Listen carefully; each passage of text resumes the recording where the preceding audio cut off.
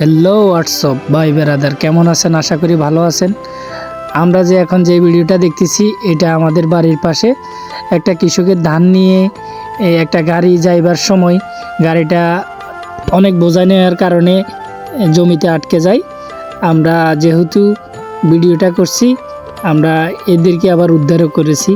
কিন্তু আমার কথা হলো এটা যে আমরা যারা চাকরিজীবী আছি, কৃষকদেরকে শ্রদ্ধা করি না, তাদেরকে আমি বলবো, আসুন আপনারা সবাই মিলে কৃষকদেরকে শ্রদ্ধা করুন, ভালোবাসুন, গরিবকে কাছে টানে নিন।